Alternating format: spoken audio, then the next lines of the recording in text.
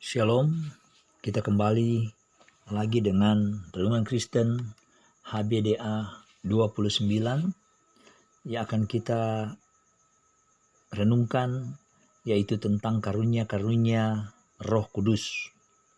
Saya akan mengajar pada saat ini tentang karunia Roh Kudus setelah saudara telah mendengar pengajaran saya tentang baptisan pada HBDA 27 dan nubuatan gereja pada HBDA 28. Saudara-saudara, setiap orang memiliki pengalaman rohani ketika ia bersekutu dengan Tuhan melalui ibadah.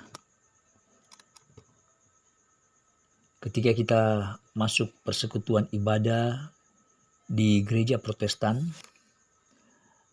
mungkin berbeda dengan gereja Katolik. Begitu juga di ibadah gereja karismatik. Perbedaannya antara lain cara beribadah, pembaptisan, perjamuan, dan lain-lain. Perbedaan cara beribadah dalam hal cara penyembahan, cara berdoa, cara persembahan, pengakuan dosa, penyampaian firman Tuhan, berkat, dan lain-lain. Cara ibadah sesama gereja Protestan saja sudah ada perbedaannya. Apalagi sesama gereja di aliran karismatik. Semua gereja memiliki kekayaan rohani dari Allah yang berbeda-beda sesuai kebutuhan rohani jemaat dan keinginan Roh Kudus. Kita tidak perlu mempertentangkan perbedaan ini, saudara-saudara. Tapi kita harus bersyukur bahwa perbedaan ini adalah suatu pekerjaan anugerah Roh Kudus terhadap banyaknya karunia-karunia yang telah dimiliki oleh gereja-gereja untuk memuliakan Tuhan. Justru saudara-saudara, dari perbedaan ini kita harus belajar untuk dapat menerima dan mengakui perbedaan itu. Perbedaan itu suatu yang wajar dan biasa kalau itu terjadi dan dialami oleh gereja-gereja Tuhan. Tetapi yang tidak biasa dan itu sangat berbahaya, saudara-saudara, kalau gereja-gereja itu berbeda dengan Allah. Dan justru gereja akan menjadi hebat dan luar biasa kalau gereja-gereja itu dipersatukan di dalam Kristus. Karena gereja-gereja harus sadar bahwa mereka memiliki satu roh, satu Tuhan, dan satu Allah. Dan di dalam Kristus tidak ada perbedaan dan pertentangan. Tetapi yang ada yaitu satu iman, satu pengharapan, dan kita bersama saling mengasihi. Pada saat ini, saudara, izinkan dan perkenankan saya memaparkan tentang potensi dan kekuatan gereja-gereja yang saya lihat dan alami di masa sekarang ini. Saya seorang Kristen Protestan yang begitu giat menjaga kekudusan dan kemurnian gereja Tuhan. Saya tidak mau menjadi jemaat yang fanatik terhadap gereja saya. Tetapi saya memang seorang yang militan dan terbuka di dalam Kristus Yesus. Mari saudara, ada dua potensi atau kekuatan gereja di masa sekarang ini yang saya dapat memilah untuk melihat saudara-saudara, dan izinkan saya berpendapat atau mengamati seperti ini.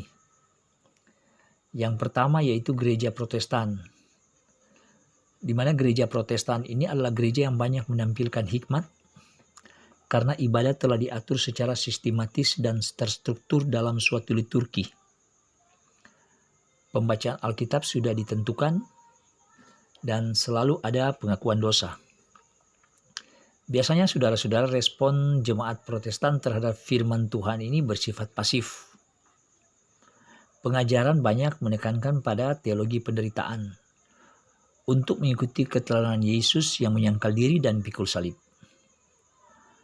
Hanya kelemahannya karena dominannya hikmat, maka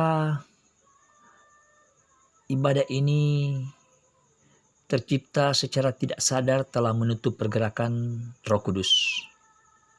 Dan takutnya bukan hikmat Allah, tapi hanya hikmat manusia. Dan kita lihat bahwa gereja Protestan lebih banyak menonjolkan logika daripada iman. Dalam soal pujian, jarang menggunakan tepuk tangan, bahkan dari awal sampai akhir tanpa tepuk tangan. Cara mengucapkan doa pada gereja Protestan agak lambat dan banyak kehati-hatian seperti syair, puisi yang terstruktur. Gereja Protestan lebih banyak tertutup daripada gereja karismatik dengan kehati-hatian adanya pengajaran sesat. Dan di dalam khotbah di mimbar sudah terjadi pergantian mimbar untuk hamba Tuhan yang melayani di gereja Protestan. Itu saudara bagian yang saya sempat catat dan saya lihat. Kita lihat potensi yang kedua yaitu gereja karismatik adalah gereja yang banyak menampilkan roh atau bahasa roh. Ibadah diatur lebih banyak pada penyembahan dan sorak-sorak dan kurang pada pengakuan dosa. Respon jemaat terhadap firman Tuhan bersifat aktif. Kalau Protestan, pasif. Kalau di karismatik, respon firman Allah jemaat sangat aktif. Pengajaran banyak menekankan pada teologi kemakmuran dan hidup dalam kelimpahan. Karena gereja-gereja karismatik beranggapan bahwa Yesus sudah menanggung beban dan penderitaan dosa di kayu salib dan sudah selesai. Nah, kelemahannya, saudara-saudara, karena banyak menekankan pada bahasa roh, takutnya akan terjadi penyusupan roh kedagingan, dan biasanya ini menutup hikmat dan akal budi. Tanpa sadar sering terjadi manifestasi roh kuasa kegelapan yang bekerja bukan roh Tuhan. Gereja karismatik lebih terbuka dan dinamis daripada gereja-gereja Protestan. Dengan anggapan memberi ruang dan gerak Roh Kudus untuk bekerja. Dan dalam penggantian mimbar tidak begitu sulit, saudara. Bahkan hamba Tuhan gereja Protestan yang berkonsep karismatik lebih mudah melayani di gereja karismatik daripada hamba-hamba Tuhan di gereja karismatik mau melayani di gereja Protestan. Mungkin cukup dulu saudara-saudara, hanya ini yang saya lihat perbedaan-perbedaan ini ya. Jadi saudara-saudara yang kasih dalam Tuhan, perbedaan dasar semua aliran gereja karena adanya perbedaan doktrin dan dogma masing-masing aliran gereja. Saya mau menekankan bahwa tidak ada yang salah dalam bentuk dan cara beribadah dari masing-masing gereja. Semuanya terjadi karena pekerjaan Roh Kudus. Semuanya harus dipelihara dengan baik karena perbedaan-perbedaan ini adalah suatu bentuk-bentuk karunia-karunia yang Tuhan anugerahkan pada masing-masing gereja pada saat ini. Saudara-saudara yang kasih dalam Tuhan, sebelum kita membaca ya kebenaran firman Tuhan, saya sudah jelaskan awal pengantar di depan. Mari kita meminta dulu petunjuk Tuhan Allah supaya saya tidak salah berkata-kata, bahkan kita diperlengkapi dengan hikmat Allah dan kepenuhan kuasa Roh Kudus untuk dapat menjelaskan dan saudara mendengarkan ini. Mari kita berdoa. Bapa kami yang di sorga, Bapa yang kudus dan maha suci, hanya kepadamu ya Tuhan dan Allah kami bersujud dan menyembah. Kami mengucap syukur karena kami mengenal Engkau sebagai Tuhan dan Allah kami melalui nama Yesus, Mesias anak Allah yang hidup. Maka sekarang kami merendahkan diri dan memohon supaya Tuhan menganugerahkan kami hikmat Allah dan kepenuhan kuasa Roh Kudus, untuk kami dapat menerjemahkan kebenaran firman ini bagi gereja-gereja kami yang ada di dunia ini.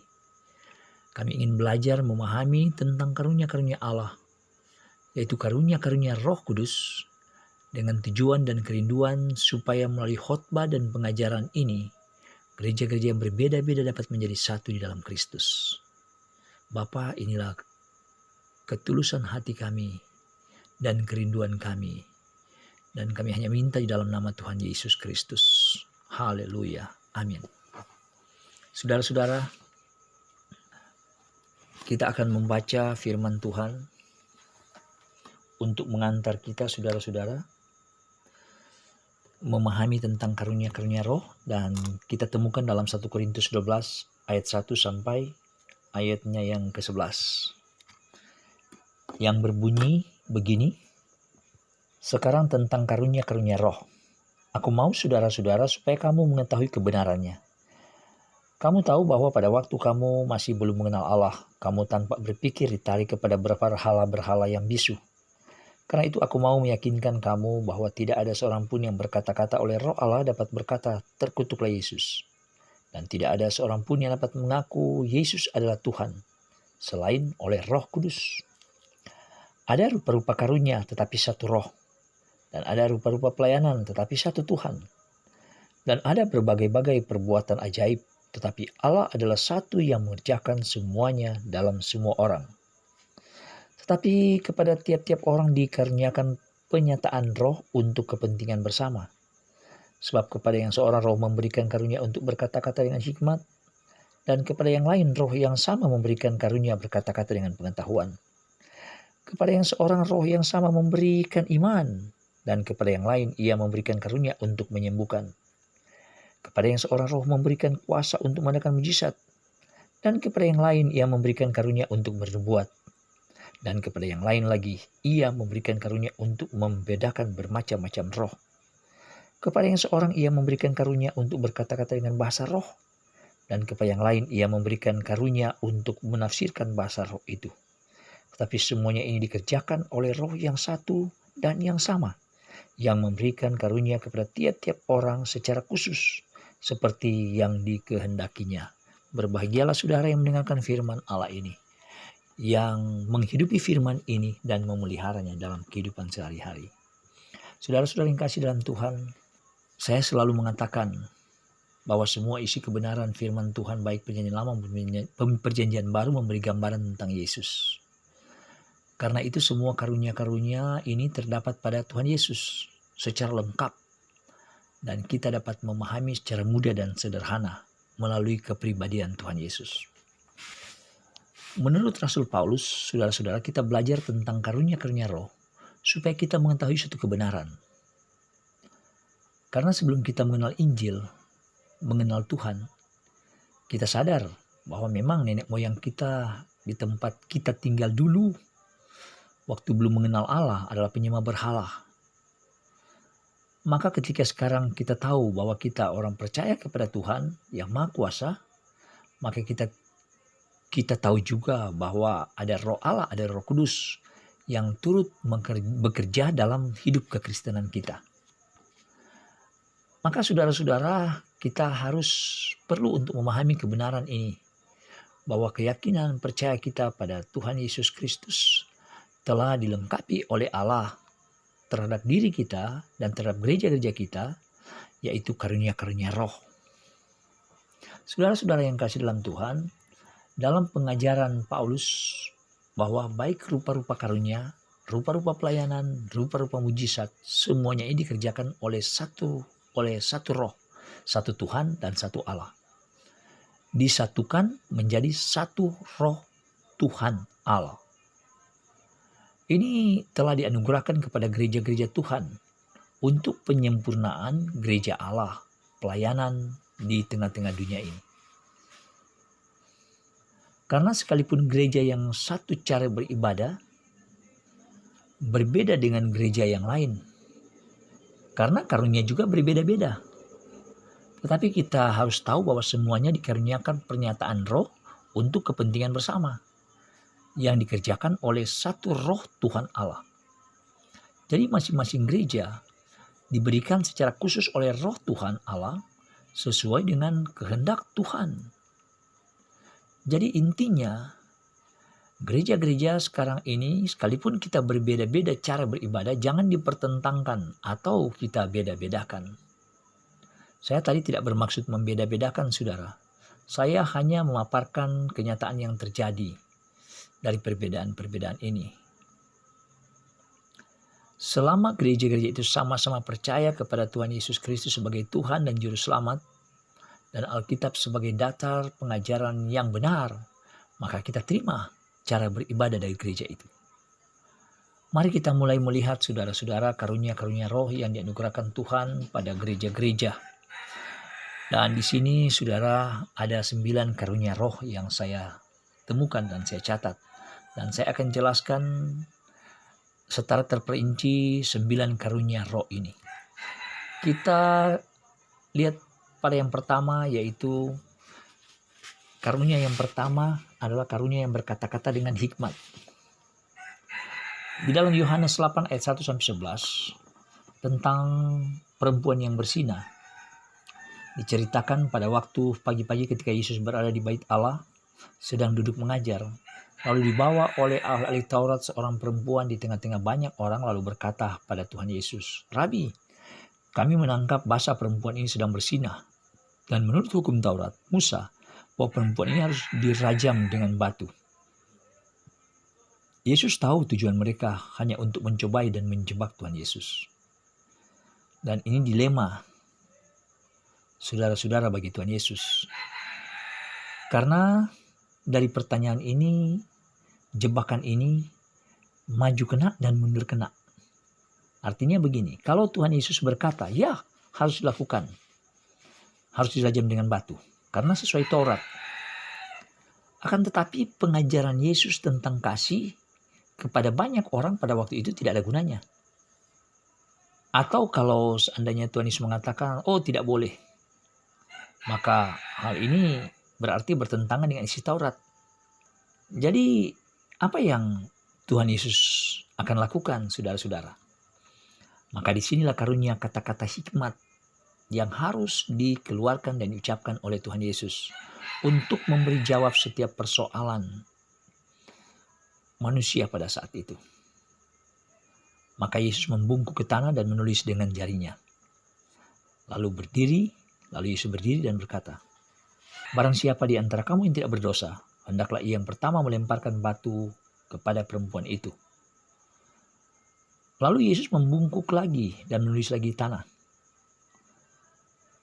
Ketika saya baca ini, saya pikir Yesus membungkuk dan menulis dengan jarinya ke tanah karena Yesus sedang meminta hikmat dan petunjuk dari Bapa di sorga. Sementara itu setelah mereka mendengarkan perkataan Yesus tadi, maka Alkitab mencatat banyak yang tidak puas, banyak yang kecewa. Maka semua orang-orang mulai dari yang tua-tua meninggalkan Yesus sehingga hanya tinggal Yesus sendiri dan perempuan itu. Maka ketika Yesus berdiri kembali dari jongkoknya, dari tanah, Yesus bertanya kepada perempuan itu, "Kemana orang-orang yang mendakwa kamu?" Kata perempuan itu, "Tidak ada Tuhan, semuanya sudah pergi." Maka kita lihat Tuhan Yesus berkata kepada perempuan itu, "Aku pun tidak menghukum engkau. Pergilah dan jangan berbuat dosa lagi mulai sekarang ini." Saudara-saudara, saya ingin membawa saudara berpikir dan merenungkan tindakan kata-kata hikmat Tuhan Yesus tadi. Bahwa Tuhan Yesus tidak menolak Taurat untuk dirajam dengan batu, asal memenuhi aturan, di mana orang yang melempar batu itu tidak berdosa. Tetapi yang kita temukan juga bahwa menurut Taurat, bahwa kalau pelemparan batu itu dapat dilakukan, ya sah dilakukan kalau ada 2 atau 3 orang saksi. Dan hal ini terbukti bahwa tidak berlaku, karena mereka semua telah pergi meninggalkan hanya Tuhan Yesus saja dan perempuan itu. Jadi pelemparan batu itu tidak sah, karena saksinya sudah pergi dan tidak ada lagi. Saudara-saudara, mudah-mudahan saudara mengerti tentang contoh bagaimana tentang karunia hikmat ini yang berada pada Tuhan Yesus.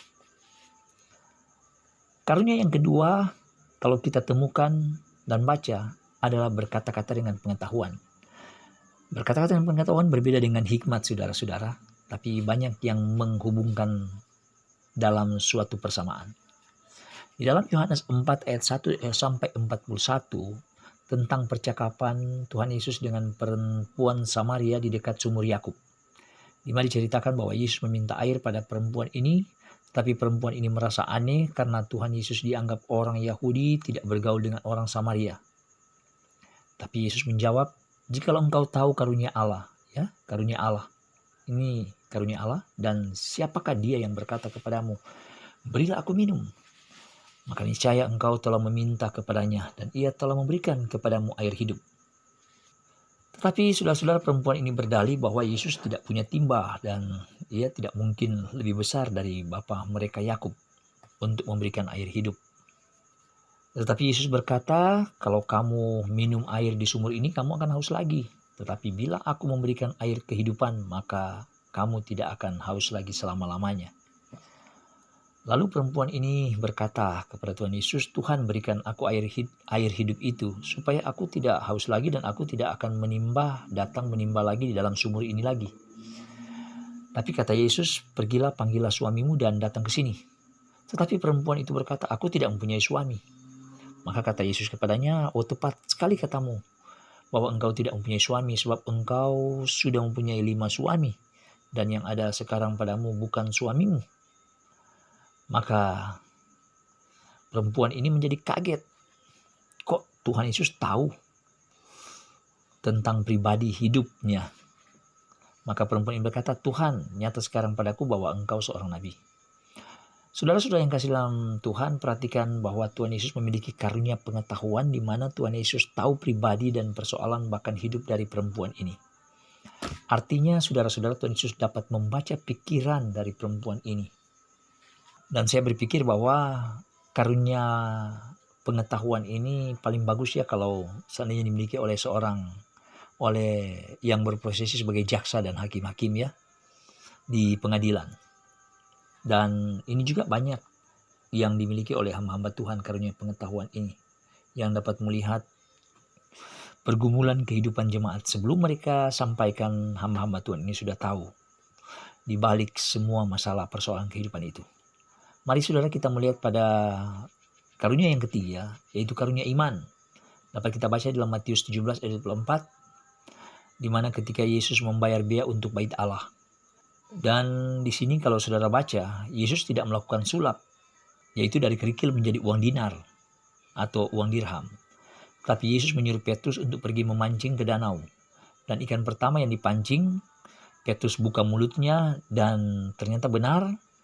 Ketika dipancing dan dibuka mulutnya, maka ditemukan 4 dirham di dalamnya. Dan 4 dirham inilah yang membayar bea untuk masuk ke dalam bait Allah. Ini saudara-saudara memberi pelajaran iman Petrus supaya percaya akan apa yang diucapkan oleh Tuhan Yesus. Dan itu memang benar-benar terjadi. Luar biasa saudara. Kita juga temukan bahwa seorang ibu yang sudah 18 tahun menderita penyakit pendarahan. Dan ia berkata, asalku jamah saja jumanya aku telah sembuh. Saudara-saudara, tidak segampang itu ya seorang sakit dan sudah tua renta mau berdesakan di kerumunan banyak orang untuk mencapai jumba Yesus. Mungkin orang tua ini akan terinjak-injak orang dan bukannya sembuh, tetapi sebelum sampai pada Yesus ia sudah mati penyok diinjak orang. Kita lihat di zaman sekarang, orang sakit saja tidak mau pergi mencari Tuhan di rumah Tuhan dengan alasan sakit. Maka kita belajar dari iman ibu ini sangat luar biasa. Ibu ini memiliki karunia iman Yesus Kristus. Makanya dengan kuasa Kristus Yesus, dengan imannya ia sembuh. Kita belajar juga saudara-saudara dari seorang perwira di Kapernaum yang mencari Yesus untuk menyembuhkan hambanya yang sakit di rumah.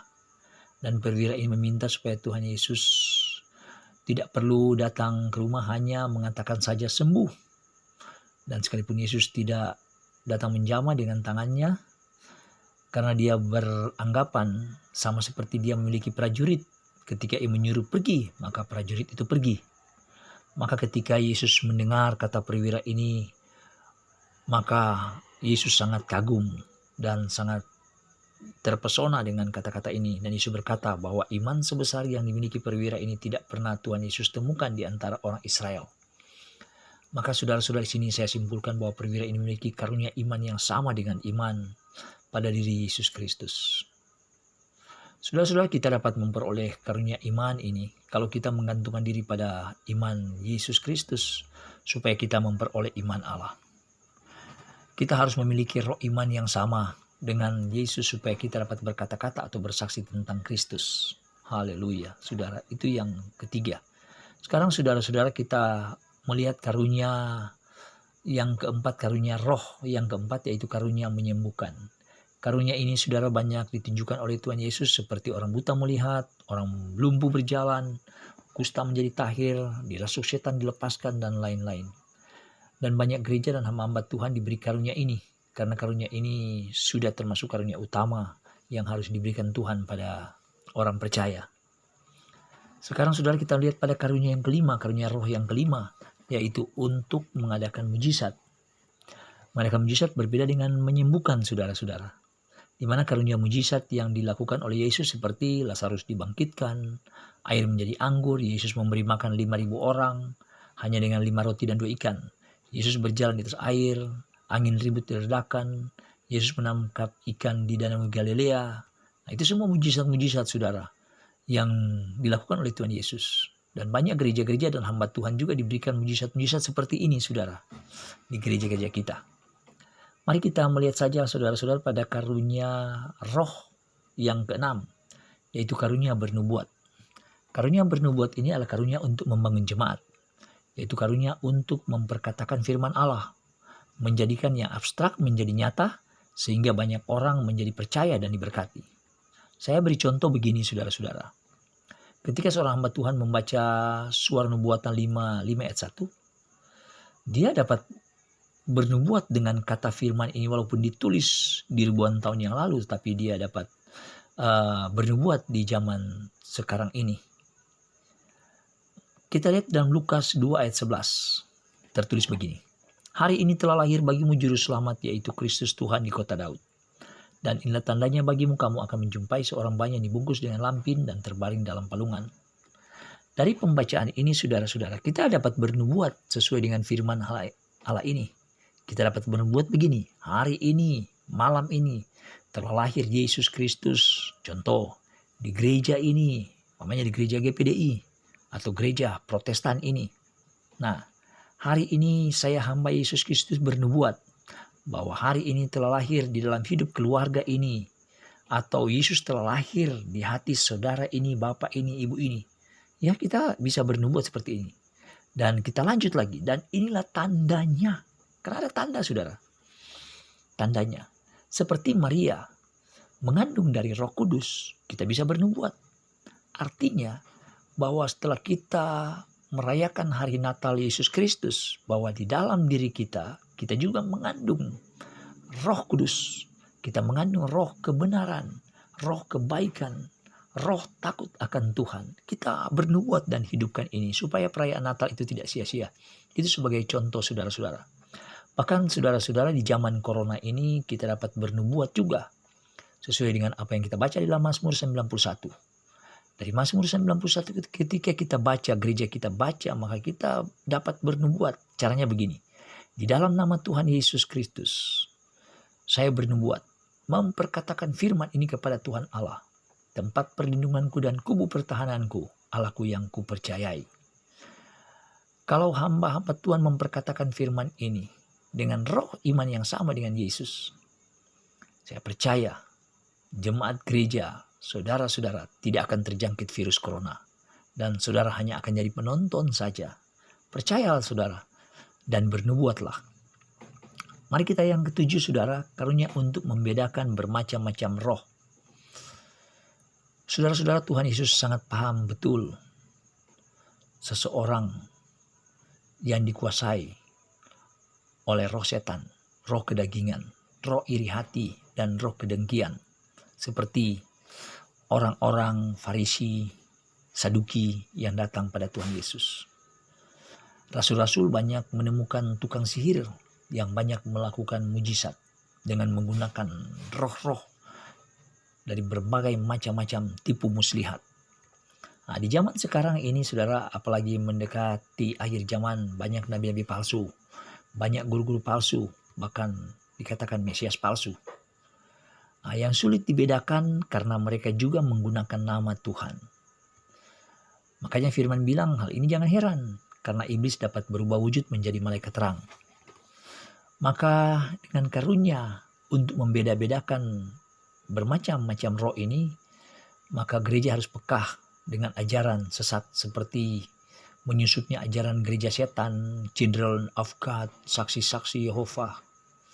Karena itu, saudara-saudara, Allah mengaruniakan karunia ini pada hamba Tuhan supaya jemaat tidak disesatkan. Nah, salah satu hal yang harus dilakukan adalah kita harus uji roh itu. Apakah roh itu datangnya dari Tuhan atau tidak. Kita jangan terpengaruh ajarannya, tetapi lihat buahnya. Maka untuk menguji ini dibutuhkan karunia untuk membeda-bedakan macam-macam roh. Saya kira saudara-saudara jelas. Mari kita lihat pada karunia yang ke-8. Karunia roh yang ke-8 yaitu karunia berbahasa roh. Saudara-saudara yang kasih dalam Tuhan, Tuhan Yesus tidak memberi contoh tentang bagaimana berbahasa roh. Karena bukan bahasa manusia tetapi bahasa ilahi. Bahasa roh adalah karunia dan ini muncul pada pengajaran rasul-rasul Tuhan. Bahkan Rasul Paulus telah mengajarkan ini. Dan kita harus tahu bahwa karunia berbahasa roh ini tidak boleh kita latihan atau bukan suatu ilmu teologi yang harus kita pelajari. Tetapi ini karunia yang diberikan Tuhan. Paulus menjelaskan bahwa kalau ada orang yang berbahasa roh, berarti ia membangun dirinya sendiri dengan Tuhan. Dan bahasa roh itu ada tandanya dan tempatnya. Saya beri contoh sesuai penjelasan Paulus begini. Kalau seandainya kita berbahasa roh pada orang-orang Protestan yang kurang paham bahasa roh ini, sebaiknya jangan kita gunakan. Nanti mereka katakan bahwa orang ini sudah gila. Tetapi kalau kita berbahasa roh pada gereja karismatik, ya itu sudah biasa. Tetapi orang Protestan menemukan, maksudnya kalau seandainya ada orang Protestan gereja Protestan menemukan bahwa ada orang yang berbahasa roh atau gereja yang berbahasa roh, maka jangan kita melarangnya mereka yang berbahasa roh. Saudara baca dalam 1 Korintus 14 ayat 39. Saya mau tegaskan, kalau kita lihat ada orang yang berbahasa roh, maka kita jangan melarangnya, karena ini memang sudah diatur oleh Tuhan. Paulus meminta gereja-gereja yang memiliki karunia bahasa roh harus juga berlangsung dengan sopan dan teratur, saudara-saudara. Yang 9, saudara-saudara, yaitu karunia untuk menafsirkan bahasa roh itu. Yang terakhir, karunia ini adalah karunia yang tidak dapat dipisahkan dari bahasa roh. Dan karunia ini tidak dapat berdiri sendiri. Karunia ini adalah pelengkapnya dari bahasa roh, yaitu karunia untuk menafsirkan bahasa roh. Menurut Paulus bahwa bahasa roh ini dapat berguna kalau ada orang yang menafsirkannya, supaya jemaat dapat dibangun. Karena itu saudara-saudara, Paulus menjelaskan bahwa siapa yang berkata-kata dengan bahasa roh, ia harus berdoa supaya kepadanya diberikan juga karunia untuk menafsirkannya.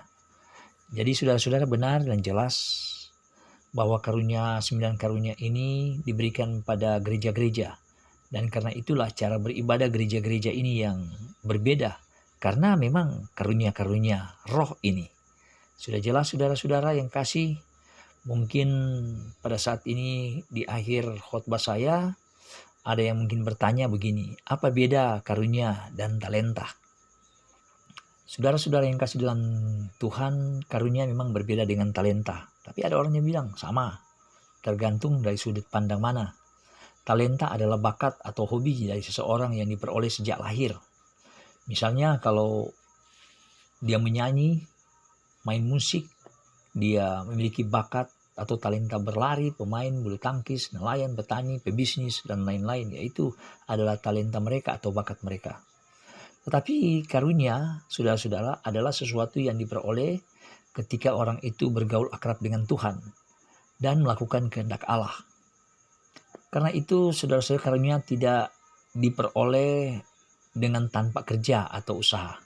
Seperti di dalam 1 Korintus 12 ayat 31 berkata begini, berusahalah untuk memperoleh karunia-karunia yang paling utama. Kemudian dalam 1 Korintus 4 ayat 1 juga dikatakan, usahakanlah dirimu memperoleh karunia-karunia roh itu. Jadi saudara-saudara, karunia roh itu akan diperoleh manusia kalau kita berusaha. Kalau kita hanya diam saja, kita tidak akan memperoleh karunia-karunia itu.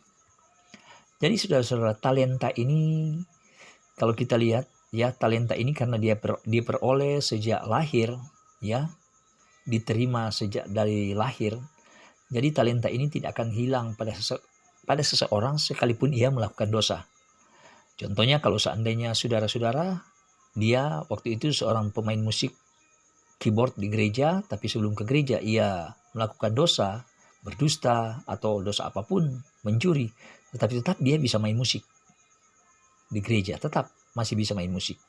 Karena itu talenta. Tetapi karunia ini akan diambil Tuhan dari orang itu atau hilang karunia itu pada orang itu ketika orang itu melakukan dosa. Jadi karunia itu saudara-saudara, dia hanya melekat sementara saja. Dan itu diambil Tuhan ketika orang itu melakukan dosa. Makanya saudara-saudara, seperti sekarang saya beri contoh, banyak gereja atau hamba Tuhan hilang karunia-karunia roh itu dalam diri mereka setelah mereka melakukan dosa persinahan. Ya, mereka berselingkuh. Kadang-kala seperti itu. Dan kita melihat itu fatal, saudara, yang terjadi pada gereja-gereja di masa sekarang ini. Karena memang gambaran tentang bagaimana Daud, Simpson, ya semua jatuh karena wanita. Maka banyak hamba-hamba Tuhan yang jatuh seperti ini dan maka hilanglah karunia-karunia ini, 9 karunia pada mereka. Mudah-mudahan saudara mendengarkan ini, yang saya ajarkan ini tidak saudara lakukan dosa lagi ketika saudara menerima karunia, 9 karunia ini, untuk menjaga supaya gereja tidak dipermalukan dan gereja ini berdiri teguh dan kita menjadikan banyak orang menjadi percaya dan menjadi penyembah-penyembah yang benar di hadapan Allah. Dan semua karunia-karunia ini akan disempurnakan oleh Allah dalam gereja-gereja kita dan dalam diri kita. Mari kita berdoa saudara-saudara. Tuhan Yesus, Gembala yang baik, saya telah selesai menjelaskan karunia-karunia roh ini. Kiranya Tuhan menyempurnakan karunia-karunia ini menjadi nyata dan berharga dan dapat didemonstrasikan oleh orang percaya sebagai gereja Tuhan di zaman sekarang ini. Supaya gereja kita tidak mati, tetapi gereja kita Tuhan tetap hidup dan berkarya mengerjakan keselamatan Tuhan di bumi ini. Terima kasih Tuhan, di dalam nama Tuhan Yesus. Haleluya. Amin. Demikian saudara, saya sudah menjelaskan tentang karunia Roh Kudus ini, kiranya bermanfaat dan memberi wahana baru iman percaya kita tetap teguh kepada Tuhan. Sampai jumpa, shalom.